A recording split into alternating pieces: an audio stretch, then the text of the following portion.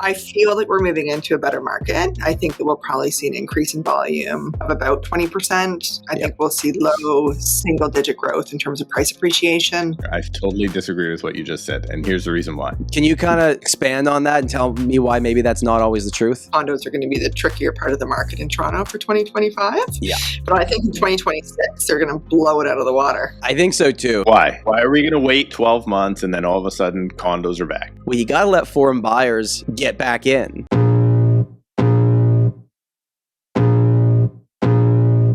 Welcome to the Tom Storey Show with Steve Karrasch and Tom Storey, where we discuss everything real estate or whatever else is on our minds.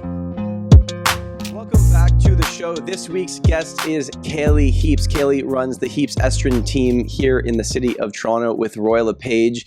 Very much the leading real estate team, not just in the city, but like I'd argue maybe Canada, Cailey. You've really stooped down to our level. You're the host of a podcast as well, Beyond the Blueprints podcast. Cailey, welcome back to the show. Thank you for having me. It's nice to be here. Yeah, so the last time we spoke, at least like publicly in front of people, was probably like a year and a half ago on this show. Markets changed a lot since then. I know you're an energy person, so give me your energy feeling for the 2025 Toronto real estate market. I am an energy person. I like the woo-woo. I would say, I think, a large part of what I do is gut instinct, call it energy, call it whatever you'd like. Mm-hmm. I feel like we're moving into a better market. I think that we'll probably see an increase in volume of about 20%. I think we'll see low single-digit growth in terms of price appreciation. I know a lot of economists are sort of saying that we won't see a big movement in the markets until Q2, Q3 because people want to wait out the Trump effect. Right. I tend to disagree with that. I think we're going to see movement in the market in the next 2 weeks. Are you guys noticing like sellers are one thing, but we already kind of had a lot of inventory? Are buyers with your team coming back, I guess, quicker than normal this early in the year? Yeah, buyers are back, but also the increase in showings on our listings, like any carryover listings from 2024, all of a sudden have a sharp increase in activity. So I think buyers generally are back in the market. I don't think they feel time pressure. I don't think they feel there's like any need to act right away, but they're definitely more engaged. The stuff at the end of last year, did you just roll it into this year, or did you take off relist? And if you relisted, was there price changes, or is it the same prices? I know it's a very like inside baseball question, but yeah, I like him inside baseball questions. It depends on the property. So there's certain categories of the market, like luxury, for instance. It's going to be a longer timeline, so you just stay the course and keep going. But anything that should have sold and got stuck in the market, we've repositioned. I know not necessarily a big price, but some adjustment. I know me and Steve talk about it all the time, and Steve is kind of like, I don't know if complaining is the right word. Well, he's a complainer in general, but talking about how he's meeting with lots of sellers, and all of them want too much money for their house, even though the data is the data. How are you finding the meetings with sellers, early 25? Are people like they figured out the market now, or they still want kind of that number that was there, but it's not there anymore?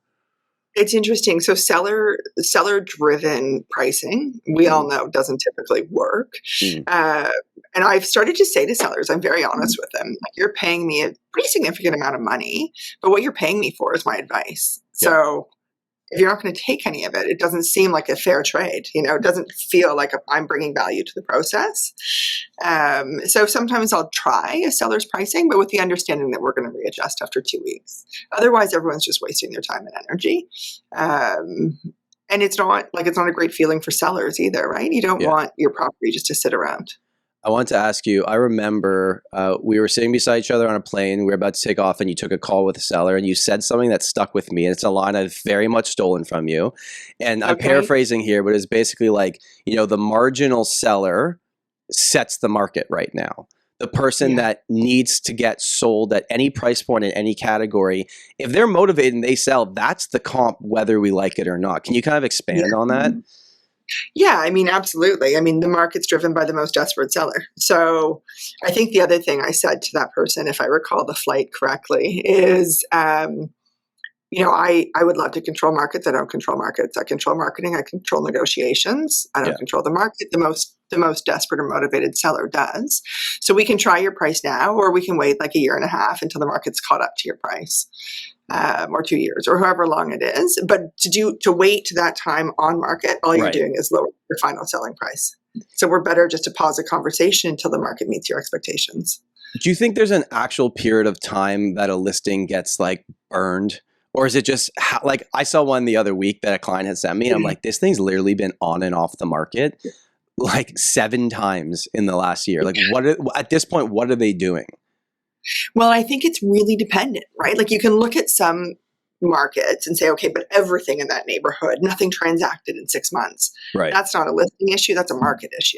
Mm-hmm. But if it's a market where everything else is selling and one house is relisted constantly, they're obviously misaligned with market, whether it's price, whether it's presentation, something's not lining up. So I think, I do look at, of course, I think it matters to answer your question. Days on market is reflective of buyer sentiment. Because at a certain point, when it's been sitting there for 100+ days, buyers just, what they say is, well, what's wrong with it? Yeah, unless it's a segment like luxury where we know it's going to take time. What's the real days on market for luxury? Because the days on market stat is skewed because there's exclusive stuff, there's, relists and things like that. Like, what are you finding in like 5 million plus? What's a realistic, how long it typically takes in today's market? Yeah, so I would say 5 to 7 is very different than 7+. So 5 to 7, you're probably going to see a trade within the first like the first 30 to 60 days if it's priced. If you're over 7, I think you're looking more like 6 to 12 months in today's market. And Steve, now that you've had all these conversations with these sellers that wanted more money, where is it at now? Are you listing these properties and going with their price? Are you saying, let's just hang tight and wait? Like, what are you doing? I'm definitely not saying hang tight and wait, but a lot of them are at their price no matter what. But I mean, here's the problem. So I got proven wrong. I listed a property last week. It hit the market and we had 10 showings and more than one offer. And we listed 10% higher than I wanted it. And that's actually the one that had the greatest over my recommended price. And that's the one that got the offer. And get this, over ask. So like, I don't understand that. And then like, I challenge to be proven wrong all the time. This time I was. Here's the problem. 7 other listings I got right now, I'm being proven right on. Yeah. So, where are you at right now? Like it's really tough. We are noticing though a big difference. We're starting to get that Toronto effect come into our condo market right now because our condos are the things that are having the tough time. However, I was doing research the other day and believe it or not, across the whole valley, so across my whole marketplace, detached is actually the thing that is the highest months of supply, but it's getting the most amount of action. Huh. What are you seeing for I guess let's just call it freehold versus condos in Toronto to start 25? So we've actually had 2 really strong condo sales since start of the year, but they're luxury condos, like 3 million plus. Yep. And there's scarcity of product in that segment. So we're certainly in resale, maybe not in pre-con, but in resale there is. And then our residential freehold, we've sold inventory that was carrying over from last year. And things are moving definitely at a better clip than they were. I still think condos are going to be the trickier part of the market in Toronto for 2025. Yeah. But I think in 2026, they're going to blow it out of the water. I think so too. And I've been taking a lot of heat in the comment section on some of my videos where I'm looking at what makes you guys feel that? Why? Why is 26? Why are we going to wait 12 months and then all of a sudden condos are back? So a lot of projects were paused. So there's not as much new inventory coming to market in 2026. The immigration numbers in Toronto anyway continue to rise. And I think just our economy will be in a better place than it is right now. There's been so much economic uncertainty. And I suppose there still could be if Trump decides he's going to stick it to Canada, which he might. Right. But generally speaking, I think the factors are all in play. And also we're going into 2025 with like 12 months of inventory in the condo market. It needs to clear. Like we just need to get through it. But I think that will be offset by the pre-con options mostly, being eliminated to a large extent. Like the The population of the greater Toronto area, like GTA, is like 7 million or more now. We just broke 7 million. Yeah. Okay. And as of us recording this, Steve, there are 5,000 condos that will come to the market, completed units in 2028. 5,000. That's like nothing. Yeah. So it's the same reason that this year is not going to be a banner year for condos, because there's 40,000 coming, all, by the way, not worth what they were paid for a few years ago. But that's my point. So let's say this year there's 40,000 coming. Let's say, I mean, these completions are still going to happen. So you're going to have these completions this year, next year, 27. Like you're going to have, I want to say 2026 or 2027 is probably going to be the greatest amount of completions ever. No, it's possibly 25. It's 25. Is this year? Yeah, it's this year, and then it slowly gets very low after 2025. 2026 is still a decent amount, but then it really drops off. I was looking at a chart, can't remember where, but it was like current units under construction versus completions and that sort of thing. And current units under construction across Canada is insane right now. Yeah, but how many of them are purpose-built rentals? How many of them are actual condos sold to owners and not purpose? Asking questions that I am not prepared to answer, Tom Storey. I don't know. I have no idea. I agree with Tommy on that one. Like when you look at the cranes in Toronto, there's hardly any now, like literally hardly any. And a lot of purpose-built rentals. So some of the cranes we're seeing are purpose-built rentals. I actually think 2026, it might be the latter half of 2026, but I do think 2026 will be a major tipping point for the condo market. I think it's like also as we head into 2026, 2027 for the condo side of things, you're going to have two very separate markets, right? Which already exists today, but like you have the investor inventory, which is arguably overpriced, not as good quality buildings, usually rented out, so it's hard to sell tenanted properties. And then you have the stuff that actually sells. Like, Cailey, I've got a condo townhouse that yesterday we had 6 showings on it in one day, and I got an offer last night. I'm like, that wasn't happening at the end of last year. Now it's at a $850 price point, and it's like a good, like reasonable maintenance fees, and people are interested in that. But we went back to the market early because there's nothing else for sale in the complex. It's like, all right, let's get That's there. why people now, let's go early. Like there's not a ton of people coming. A lot of people are waiting. I think it's interesting too. You know, I think the declining interest rates, people sort of put on their real estate blinders and go, this is great news. Interest rates are coming down. But if you start to think about, okay, wait, why are interest rates coming down? Yeah. You know, Be careful what you wish for, right? blinders on and go for it.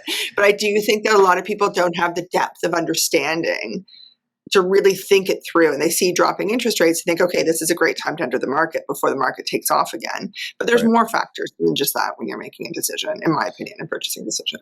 I know you're always up to answer any question, even if I put you on the spot. So let's talk about exclusive listings and the rules and how those are being navigated. Steve's made his point very clear on this. Not a big fan. I can only assume how you feel, Cailey. But now the reality is, like, this rule's been in place for a year and a bit now. What do people do that want to sell their house that maybe don't want to deal with a bunch of showings or people knowing that it's for sale, or maybe they're a celebrity or whatever it is? I know this is a small percentage of the overall market, but like, what's going on? Yeah. So I think it's interesting that you frame it that it's a seller decision. I don't think it always is a seller decision. I think it's sometimes educated sellers who are being guided to list that way, so the agent has a higher chance of double-ending the sale. Okay. So I mean, if I were to look my seller in the eye and say the best thing for your property is to list exclusively, I wouldn't sleep at night. I'd be full of shit. Pardon my language. I'm not allowed to swear. Sorry. No, you can swear on this. You're good. I'd be full of it. Now, if they said to me, what's the best way to sell my house so that no one really knows I'm selling my house, then it's exclusive. But it's not a strategy I would lean to sell real estate unless someone has a very high need for discretion. Right. One of the biggest brokerages in Toronto, Tom, at last week's meeting, basically said we're no longer sharing our exclusive listings with other brokers. This episode is brought to you by RealtyNinja. Real estate agents, listen up. RealtyNinja has created over 9,000 Canadian real estate websites, and they are no joke. I've been using RealtyNinja in my business since they were a small little startup in North Vancouver. tiny, dusty little office with old leather couch and all. But look at the ninjas now. RealtyNinja is the go-to platform for real estate agents in Canada. Websites are no longer a nice to have. They are a must. Your clients expect you to feature their listings in the best light possible.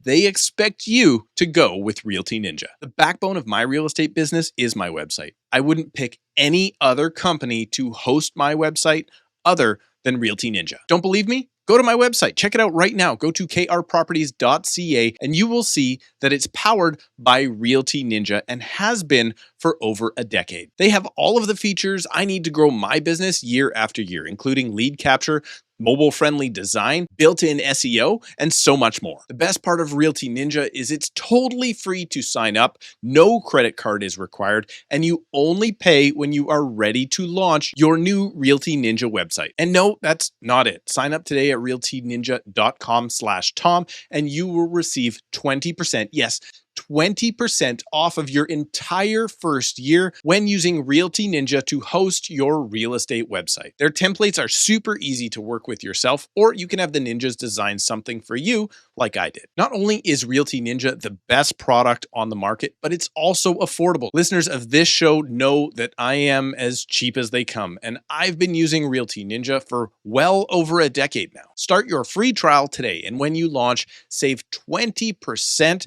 using our link in the description below. And let RealtyNinja help you take your real estate business to the next level. And now, back to the podcast. Yeah, I'll tell them we can take that offline because I don't want to get sued with some, I don't know, whatever. Sure. Yep. And my response was, do you think their clients know that? Do you think their clients know that exclusive listing means it's now one broker or brokerage that's seeing it?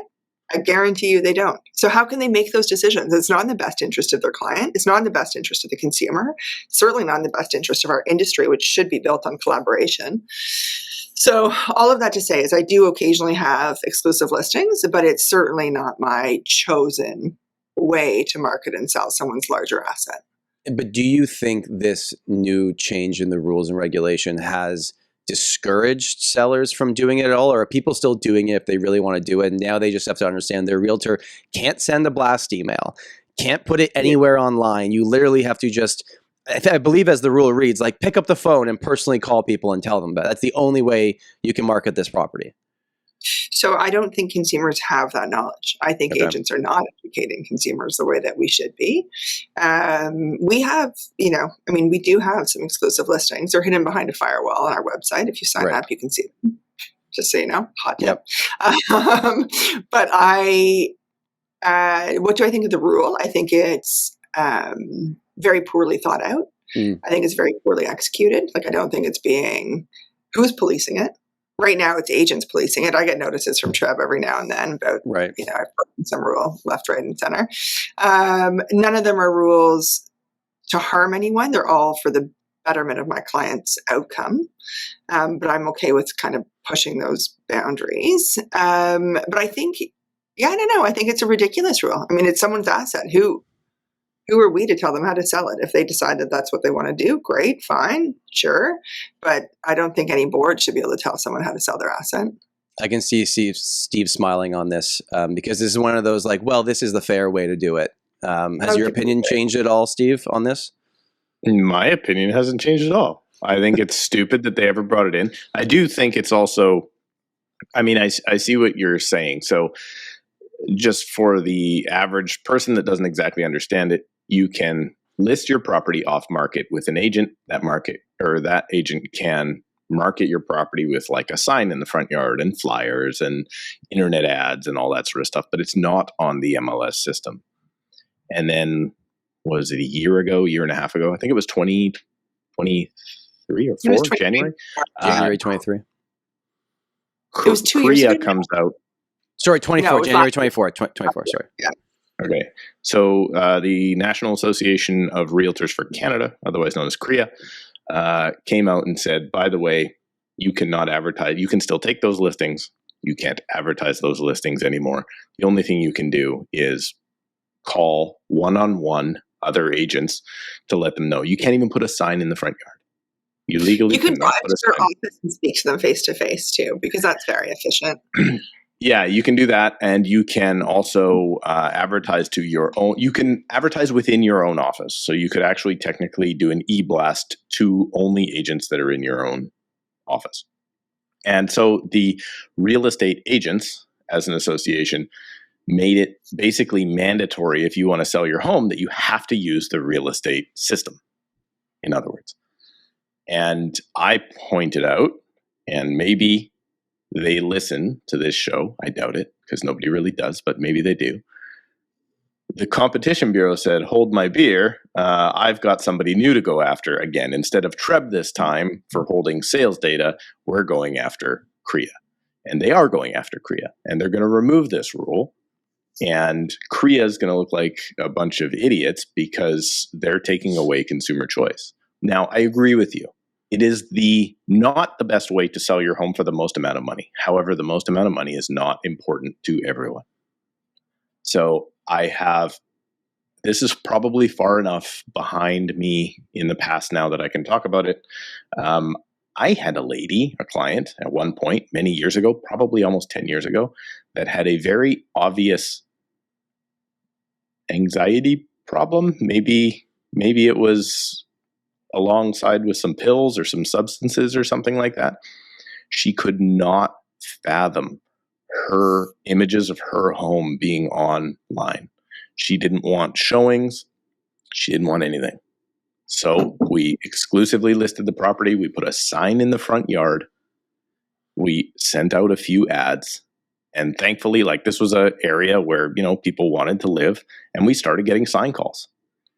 After pre-screening the people, we got them in the home, and it was tough to even let one buyer in the home, 2 buyers in the home, and we got an accepted offer, right? And we got the home sold for her. CREA should not be able to tell that lady she cannot do it that way. 100%. Right. And that's what they've done. So the Competition Bureau is and guess what? Competition Bureau doesn't lose many of their cases, guys. So we can either reverse the rule right now, or we can fight it forever and ever and ever, like TREB did for sold data for 10 years? I know. And it's an interesting thing to talk about because we don't, we're not, presumably none of us on this call are prescriptive in what we tell our clients. We're more consultative. This is what we would suggest. Yep. It's your asset. You tell us how you want to handle it. But then you bring in a board of people hiding behind,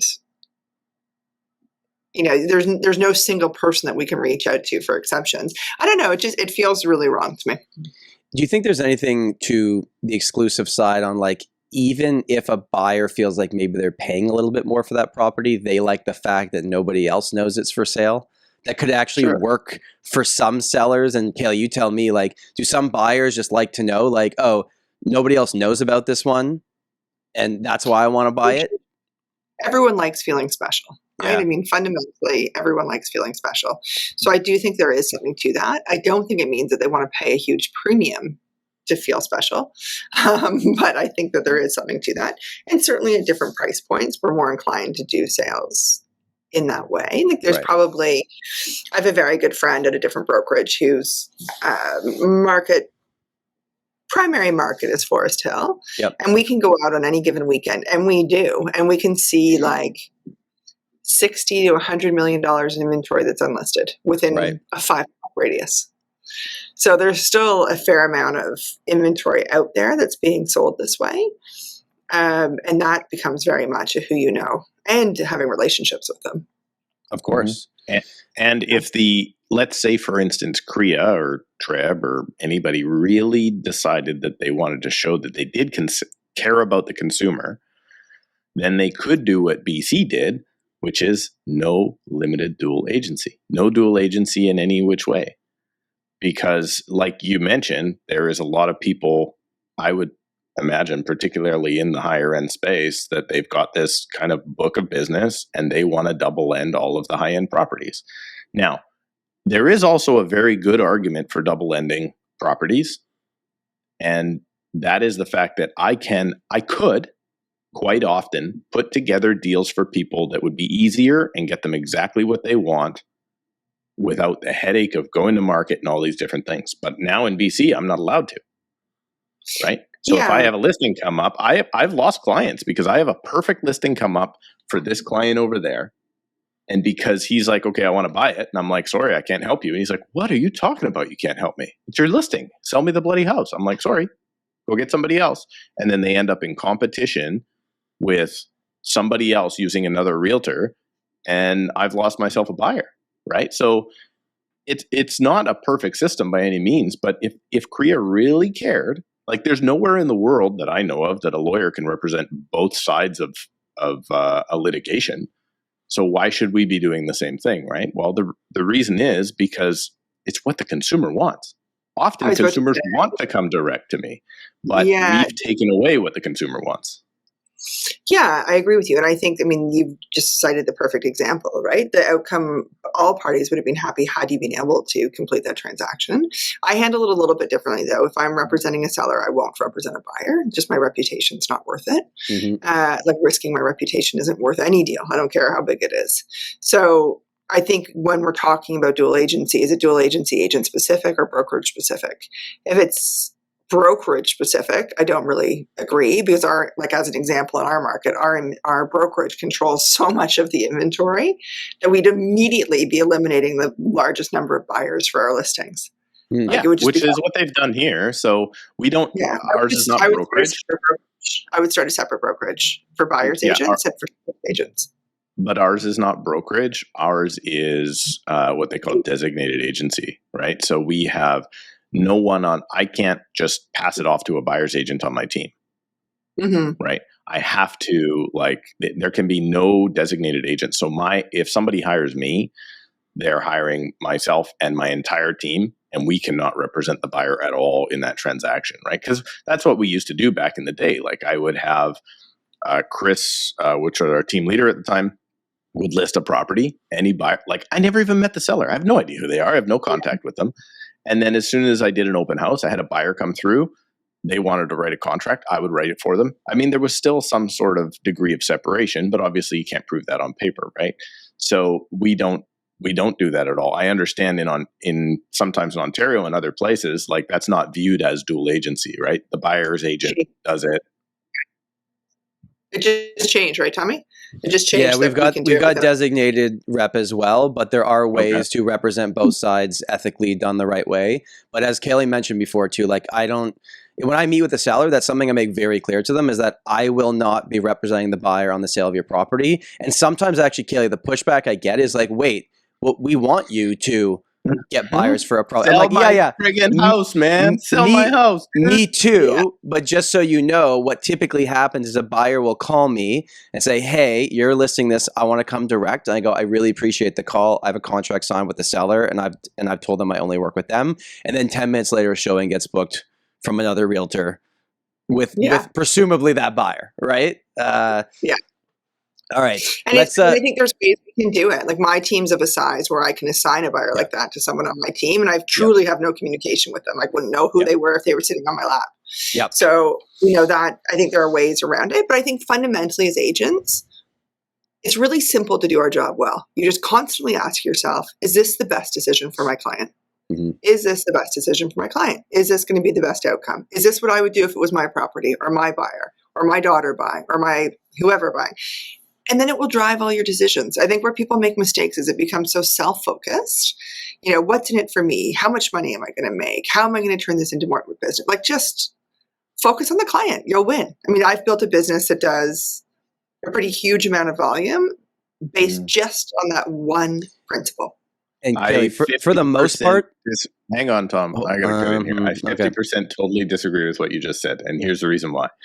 I spent a lot of time in my early career trying to guide people through the best decision for them. Guess what? A lot of people make really shitty decisions, and no matter what I told them, make the decision. I never said let them make the decision. Totally. So here's what I realized. The biggest factor in my business ever was realizing that I can't live the life for my client. They want to buy in a crappy building. My job is to tell them it's a crappy building. And then guess what? They're like, I still want to buy in that building. And you're like, I told you it was a crappy building. They're like, yeah, we still want to buy it. Early on in my career, I would have been like, Are you dumb? Don't buy that building. Later on, I was like, listen, I can't live your life for you. I've warned you. I've told you the problem, and you want that property, I'm going to get you that property, right? Like a lot of people make those decisions. Different conversations. Like, I'm not saying that I can tell a client what to do, but I can tell a client what I would do. And then they make the decision, but I think when an agent's saying, I'm going to tell them what to do because it's going to be best for me, like that shitty property that you don't want to sell them, you and I are going to say that. We're going to say this isn't the right property. Yeah. Let's wait for the right one. Or if you're going to go in eyes wide open, that's fine. But there's a lot of agents out there who just wouldn't even say that. They would just say, okay, it's a deal. Let's go. So I think that's sort of what I'm trying to articulate. I'm not saying that I'm like gun to my head to my clients, let me make all the decisions for you. It's quite the opposite. I want to understand their goals, but then let me counsel you to get the best outcome, and you choose whether you take the advice or not, but at least let me provide counsel. I had a referral from one of my clients last week, and they called me, going back to the condo side of things. It was one of these newer built condos that's now registered, so they're not assignment sales, that people were paying when they bought it between $1,300 and $1,600 a square foot new construction. And the stuff that's trading resale is trading like $1,000 to $1,150 depending on the floor and stuff like that. And I had someone call me and they specifically said, I like this unit. I want to buy this. And I'm like, okay, so I'm happy to show you this. And just before we get going, there's other ones I'd recommend. They're like, no, like I'm buying this. I'm like, okay, totally fine. Happy to show it to you. Just want to let you know in 5 years, the resale is like, do you want to help me or not? I was like, we're having a confrontation here because I was trying to tell them what I knew about the market. But some people have made up their mind, and perhaps I just got to get out of the way and go, I'm giving you my opinion. If you don't want to hear it, it's totally fine. I'm not going to stop you from buying it. But isn't that tough? Like, it's a tough line to we're all saying the same thing. We all give our opinion, whether people want it or not. You know when to stop talking, obviously. But it's not that you're just letting the client drive. There are a lot of people who I think let the client drive. They send them automated listings. They don't provide any insight on what the value of these places are. What are the pros and cons? And they just let the client drive. And then what's the value? That's the issue with the industry, I think, is if we want to be viewed as professionals, we have to give professional advice. And you can't be an accountant and a weekend warrior, real estate agent, and a hairdresser on Saturdays. And it just doesn't. How many times do you have that first call with somebody who's like, oh, I'm thinking about buying something, and you're like, okay, well, do you have an agent? Because the public doesn't realize that's the first question we have to ask.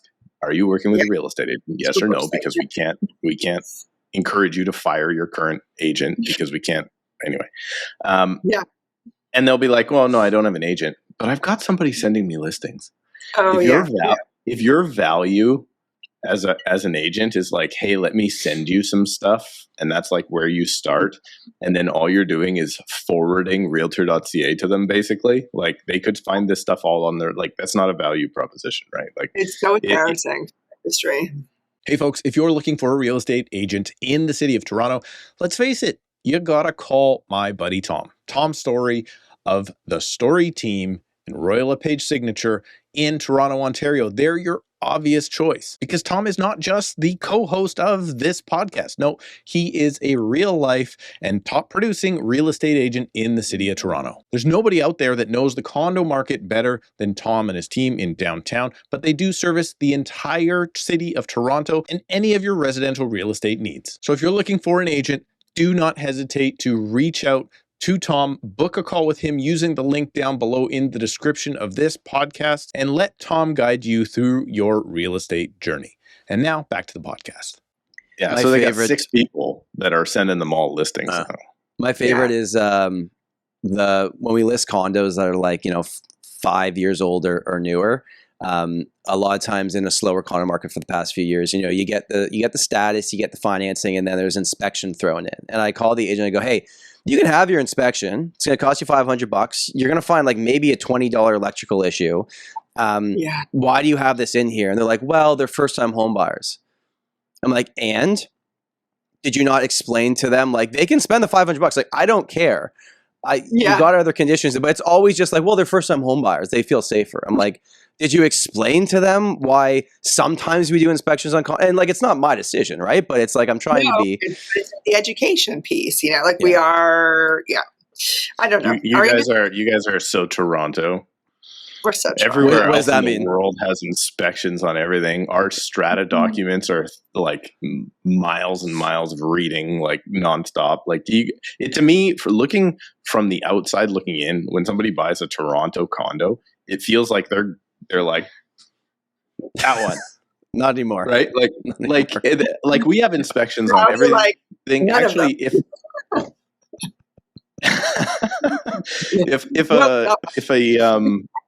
if somebody's going to buy a condo here, like any property here, if they decide to not do an inspection, you should see the waiver that we have that says, "Hey, man, we told you to do an inspection. Like, you got to check this place We have out." a form for that too. I think, Steve, we're not that much different. Like, people don't buy blindly here. Like, we have conditions.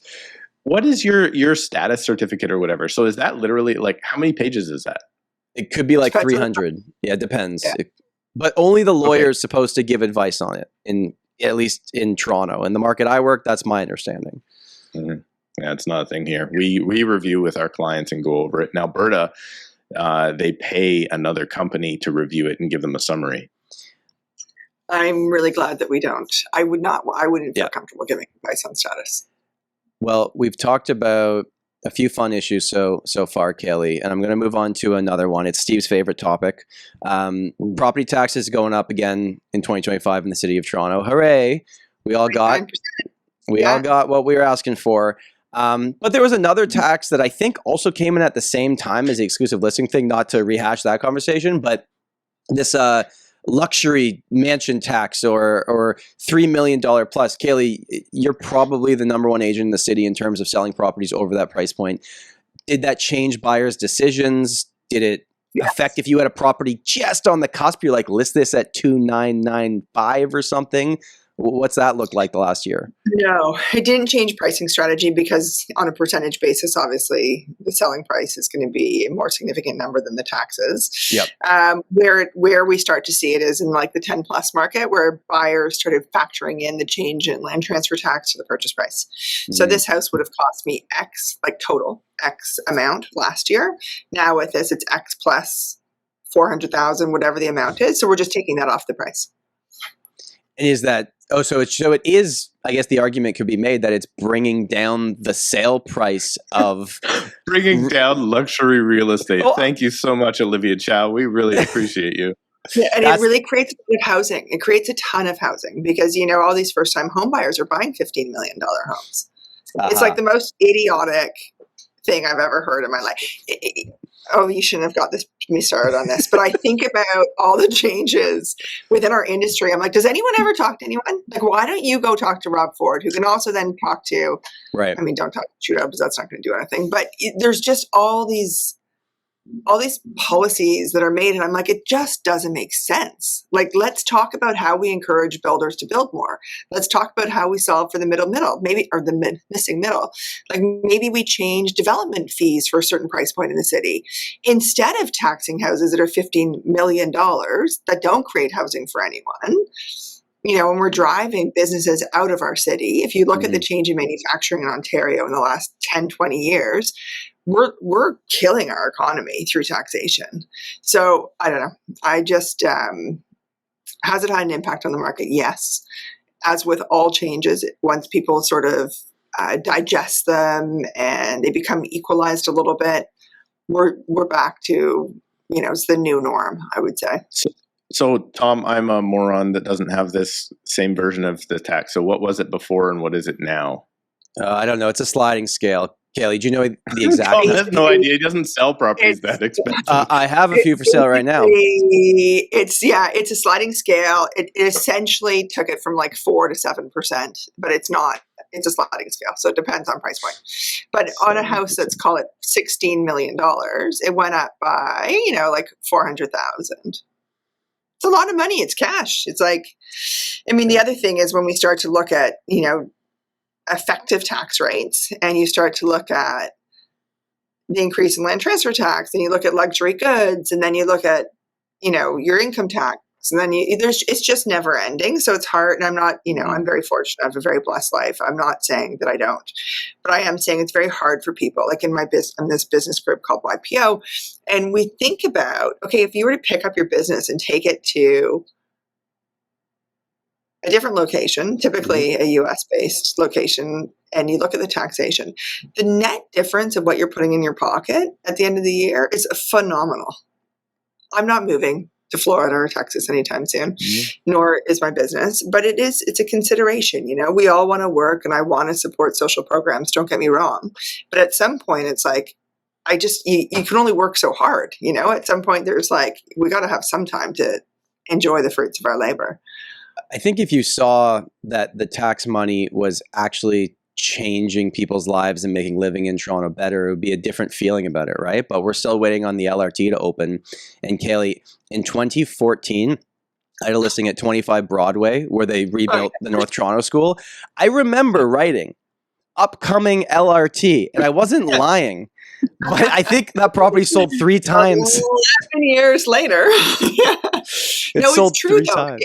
If our taxes were solving the housing crisis, if our taxes were, you know, providing greater, you know, social support to the people in our city who need it most, it becomes a different story. But we're still talking about the same issues we were talking about before these taxes came in. So, right, like, where's the net benefit? No, we're not talking about the same ones as before. They're worse now than before when these taxes came in, right? Like, you're right. Right. So now we're paying more tax and getting even less. I think that's everybody's complaint with every level of government now. How come you're increasing and the increases are only getting me less and less and less as we go? Well, I think the other metric, I've never pulled this number, but I'd be curious, has the revenue from land transfer tax with these prohibitive luxury land transfer tax, has the revenue actually gone up or has it gone down? The transactional volume gone down so much. Oh, I guarantee it's gone down. I guarantee it's, So then what's the point? Like, there's no net benefit. Yeah, if they actually wanted to get more tax from land transfer, you'd try to do something that would stimulate transaction volume. And this is actually creating people not wanting to transact as much because of the cost of transacting, which is like this whole circle we just keep going in. That's the argument with the capital gain, right? The capital gain that they brought in was just to get a cash cow now so that the budget wouldn't be so out of whack, because a lower capital gains tax actually gets you more capital gains tax coming in over time. But because you're going to do that increase now, a bunch of people sold to get the old tax rate. It gets this big glut come in. And then as you have a higher tax rate, less people invest there. You actually collect less tax, even though you're collecting more tax for the individuals. Really stupid move.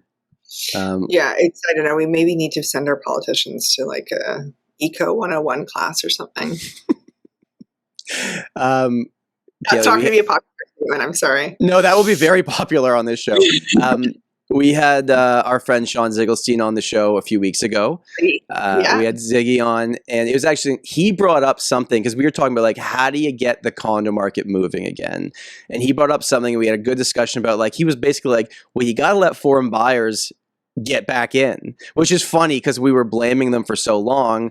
I'd be curious to know, for you on the luxury side of things, did the foreign buyer ban actually, like, now that we've had enough time to look at the numbers, I know transaction volume down, but we also had crazy high interest rates and everything else going on.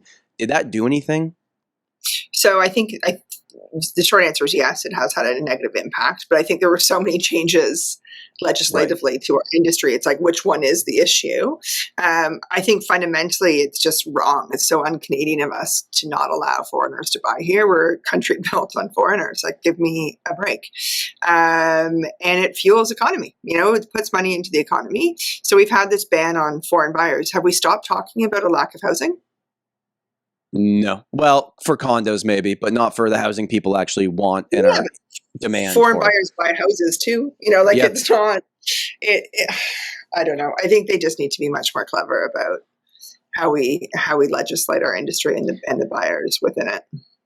I don't want to put you in only a luxury box question today, but you know, I know you do every price point, but I'd be curious on your opinion on this. The Ritz, the Four Seasons, the Shangri-La are these condo/hotel mixes that have this sexy brand name associated with it. If I just showed you a chart of the average condo market versus those buildings, I can tell you the average market did better growth than those buildings. Are you finding that people are buying there just because it's the brand name and they just don't care? They're making so much money other places they don't need their real estate asset to appreciate like the rest of the market? Is that like a fair way of putting it? I think it's different. I think there's different personas or different personalities within those buildings. So the Four Seasons to me is largely downsizers who aren't living in Toronto full time and they want services. Certainly that's my clientele who lives there. Yep. And then if I look at, call it the Shangri-La, that's largely a foreign buyer who associates a hotel-based service with luxury. So I think it's different personas in each building. Certainly a buyer at the Four Seasons is not of my clients would not buy at Shangri-La Ritz or okay. So Four Seasons is a different level, you think, than the others? I do think so. And I think I personally find that Shangri-La is more foreign buyers than local buyers. Four Seasons local, Ritz is a mix of them, but the Ritz also seems to have a really large number of luxury rentals. So I think in the former investment buyers who feel like the hotel model means it's no property management. Right. You'll just, it's easier. So to answer your question, I think the motivation is different based on building. We had, I can share this. Anyways, years ago, we met with someone that represented the government of Canada and with a bunch of foreclosures, or like they were taking the properties back. And actually I won't say what building, but I met them at this like $3 million condo to give them one of those like, pitches of why they should use us. And I'm like, oh, that's interesting that this is the one. It's not like the house with the first time home buyer that can't make their mortgage payment. It's like the super luxury condo in this like glamorous building. You assume everyone is like, really rich and figured out their lives, but maybe it's not all it seems. It's not all it seems. I mean, I think again, like financial literacy is not everyone's forte, regardless of, you can be successful and not have great financial literacy. I want to try something new on the podcast this week. I didn't tell Steve, Cailey, but we're going to play a game, okay? And what we're going to do is we're going to do this twice. We're going to take all the things we love and hate about all the different cities in Canada, and we're going to create the ultimate best city and the ultimate worst city. Does that sound fun? I thought it was going to be Naked Twister. Okay, let's go. All right. So let's first be positive, and we'll create the best city in Canada with a few different categories, okay? So Cailey, you answer, then Steve, you answer. Okay, the best city in Canada, weather. Isn't it Victoria? But I don't know, there's lots of rain. So is it? No, it's windier in Victoria. Isn't it like Kelowna or something is the hottest place in Canada? I don't know. You know what? That's a good one. I'm going to say Kelowna. Yeah. Even with the like recent fires and everything that they've had, like this isn't all. We're trying to figure out everything here, not just is what fire the temperature. Weather. I don't think fire is weather, Tom. Okay, all right. Okay, Kelowna is the answer for weather. Catastrophic events. Do you have that in this list? No, it's not. No.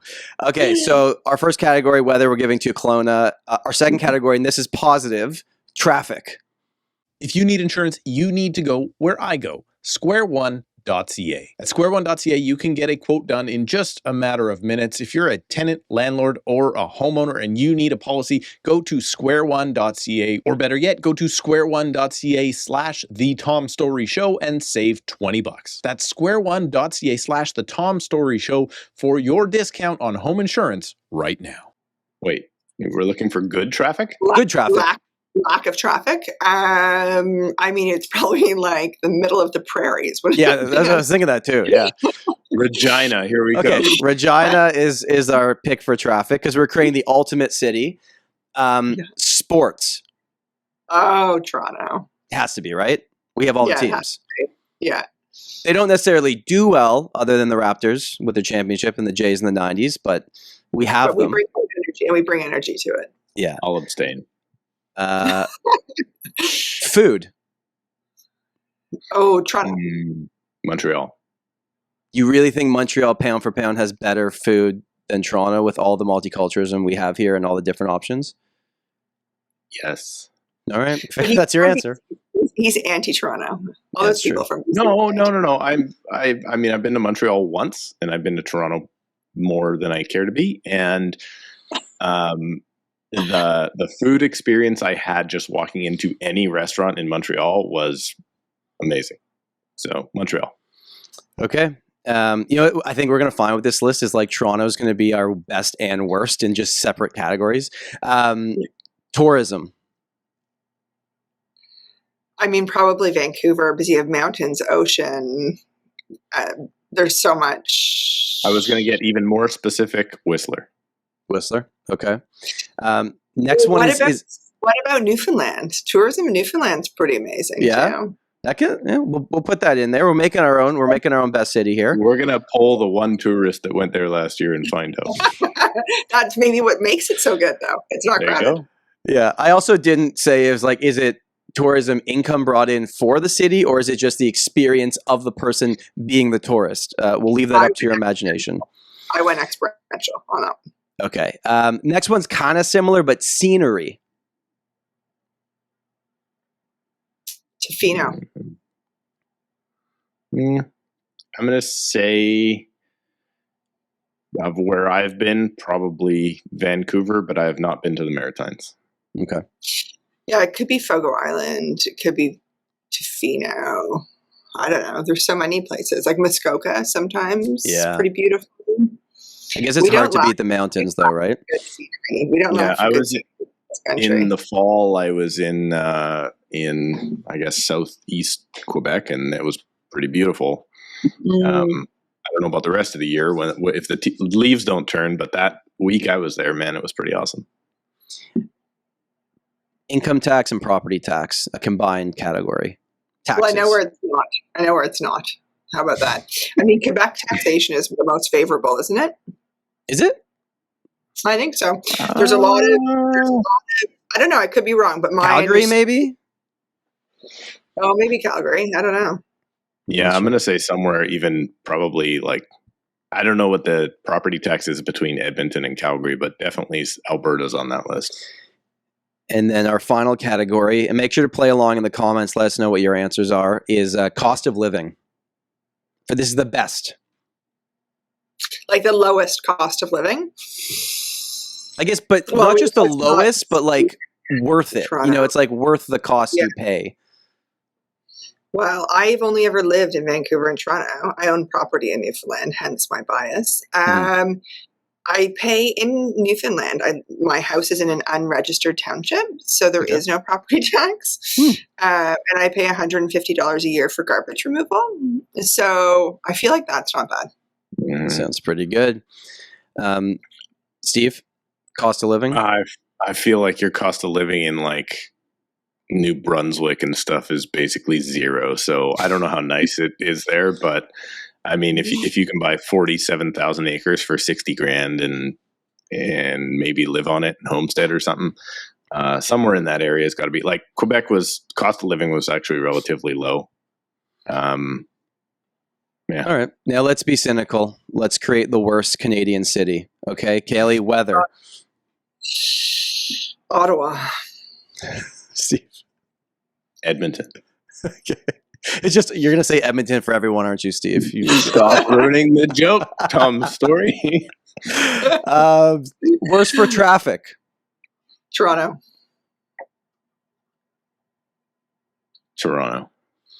Worse for sports. Ooh. Okay, let's put this to. On sports. Let me clarify this. They have a sports team, so we're not going to count the ones that have no sports. So then it would just be like based on the feeling around that team and their success. I don't. Well, okay. Who has sports team? I mean, obviously Vancouver. It's like the CFL has most of the teams. Canadian. Yeah. I don't know. I don't follow sports well enough to know. Steve, what do you think? I'm going to say. I mean, I want to say Edmonton, but you ruined that, so I'm going to probably say Vancouver. Okay.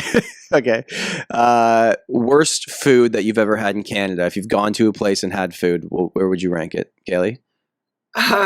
So I am a pretty healthy eater. So I don't love diets that are based on deep fried everything and white bread everything.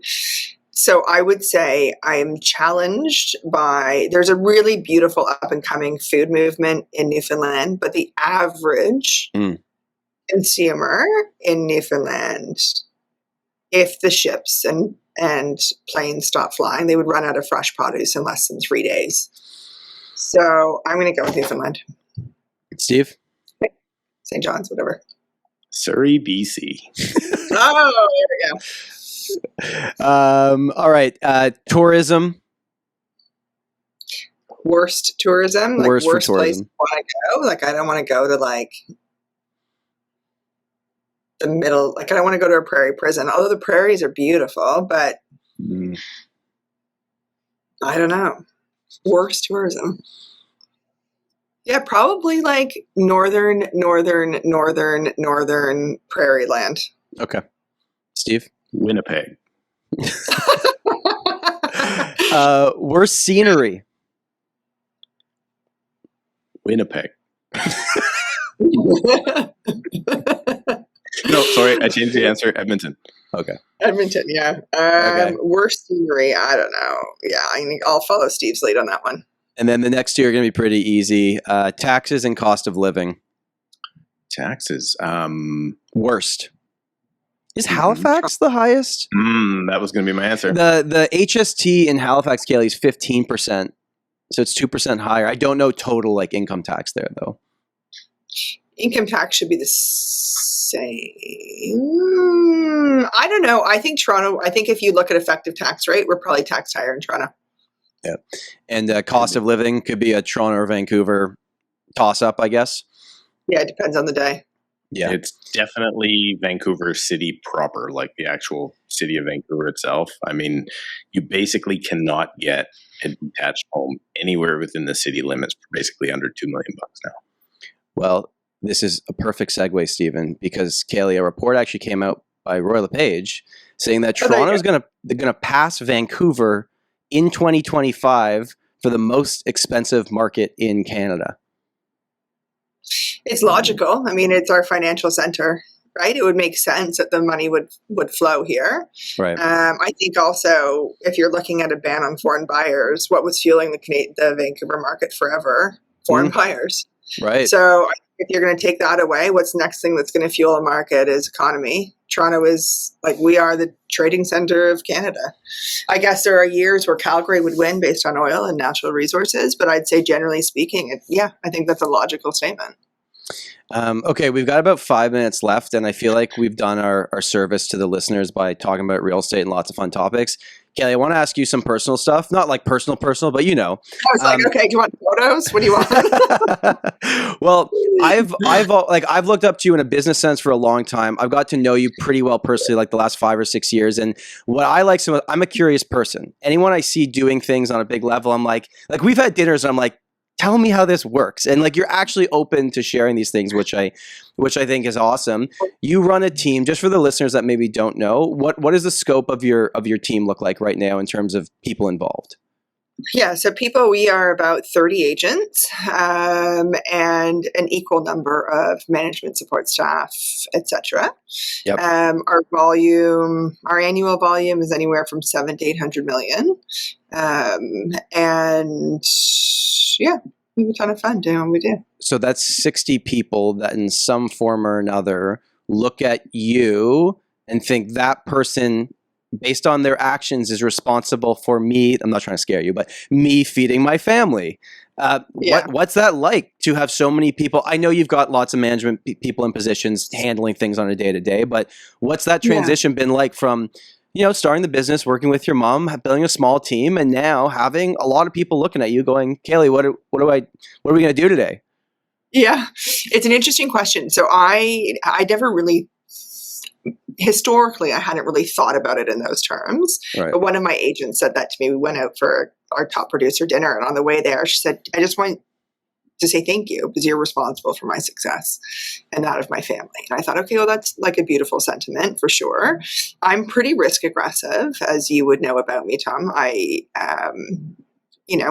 like to do things in a big way. I like people around me to win. I like to win. I have a family of 3 children, and I'm not married, and I support my family and my ex. So I'm sort of accustomed to that mindset. I've never been in a position in my life where I've had to rely on someone else to put food on my table, outside of being a child, of course. Sure. So it's not something I've ever put a lot of weight on. It's not different then. It's not like I came from one to the other. So it's all I've ever known.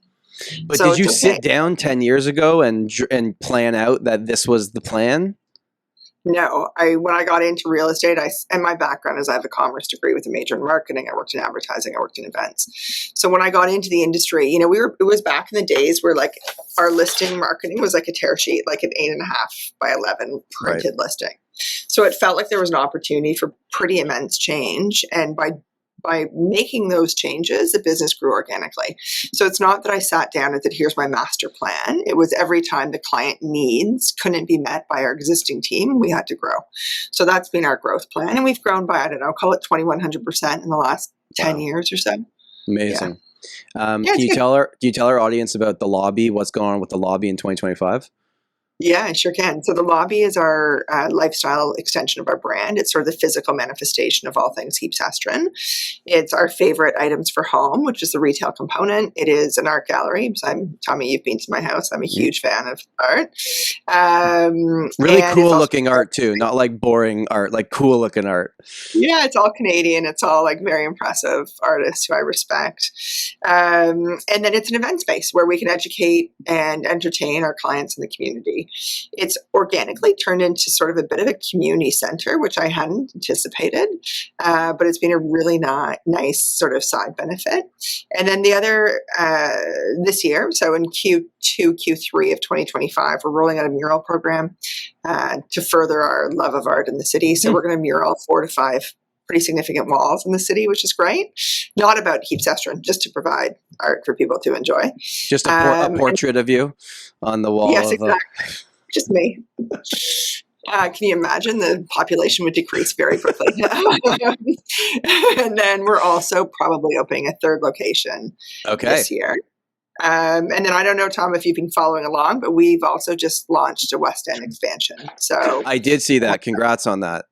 Thank you. So Stephanie Newlands, who's an absolutely amazing agent and broker, was one of the founding members of the Canadian Berkshire Hathaway, and she came to me and said, "I want to work with you. You're the only sort of brand that seems to be shaking things up a little bit, but I want to lead a West End expansion." And she's been an amazing partner. I'm really excited to see what she's going to do out there, and it's supported by our marketing, which has been a fun exercise too, to sort of go back to the drawing board. So I haven't entered a new market in a long time. We dominate Central, and we're very fortunate to do so, and we do global, but that's a very different marketing exercise. So this whole Heaps Goes West has been fun.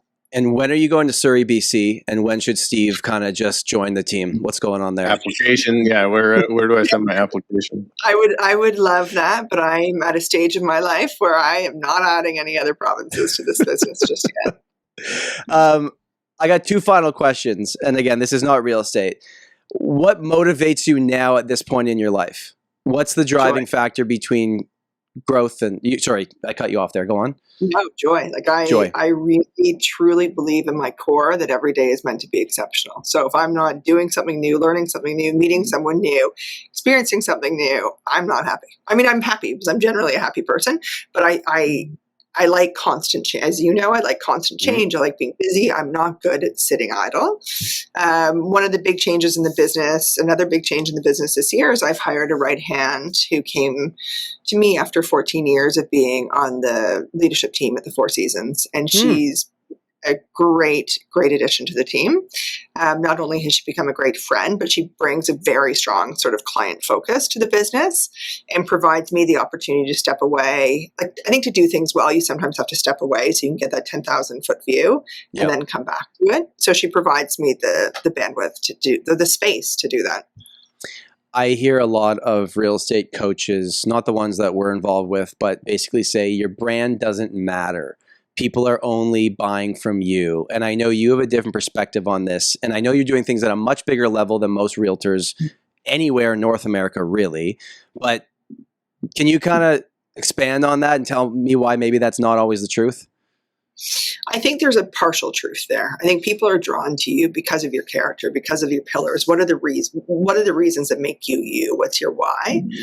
And I think that if you can build a company where that's fairly consistent amongst the company, then the company has value to everyone. But if it's one leader who's misaligned with the balance of the team, then of course the value sits with the leader. So I think maybe that's a differentiator is, my agents are all people that I would be really happy to have buy or sell for me. We built a team of people I'm really proud of.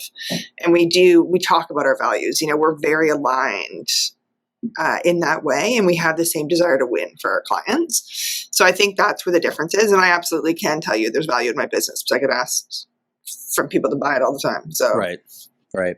Well, I hope that this hour conversation brought you some slight joy to start your day. And if not, I hope you find it in the rest of your day. Look at those two faces. It brought me immense joy. I always appreciate talking to you. I wanted that conference we did a few years ago. I might do again. So I'll keep you in the loop on what's going on there because I definitely want you involved. And that was great. I feel like you were always great at public speaking, but I feel like I've just nudged you a little bit to be like, just start doing it more, start talking to people. And you pushed me a little bit for sure. Yeah. Anything. Yeah. And just before we wrap up, your podcast, Beyond the Blueprints, it's not a real estate podcast, right? Nothing to do with real estate. So it's, my team always says to me, we would love being the fly on the wall of your conversations with your friends. The most interesting things come up. So it's really talking to people I know and love, and some I know better than others, and talking to them about their why and their view of the city and their view of, it's really just a lifestyle podcast. And to give people the insights, we don't all have opportunity to sit in rooms with people like this who are, change makers or tastemakers. So I'm trying to sort of open that door for people who are interested. Awesome. How do you find being the interviewer, not the interviewee, that you have to prepare for the questions? It's a different experience, eh? Well, so I don't prepare. I know that's something we have in common. Yeah. Okay, good. I typically know the person pretty well. Right. And I let the conversation flow organically, and typically it goes pretty well. But I'm not so this is what you should know, Tom, and I think you probably do. If I'm asked to speak somewhere, I will 100% say yes, but I'm never giving a formatted speech. It's just not who I am. Yeah. I'm happy to sit down, have conversations with people and answer questions, but I don't want to be a lecturer. Yeah, fair. We'll let Steve do that with all of his slides. Perfect. We all have strengths. Cailey, well, me too. I'm the exact same as that. Cailey, thank you so much for chatting with us. We always ask our guests, or sometimes Steve, depending on the week, any final words of wisdom to wrap up this episode for the people listening? I think the one thing that I've recently thought a lot about is it's quite likely that none of us will be remembered in 100 years. So when you're making decisions and trying to decide which path to go on, don't worry too much. Choose the one that feels right. Don't overthink it.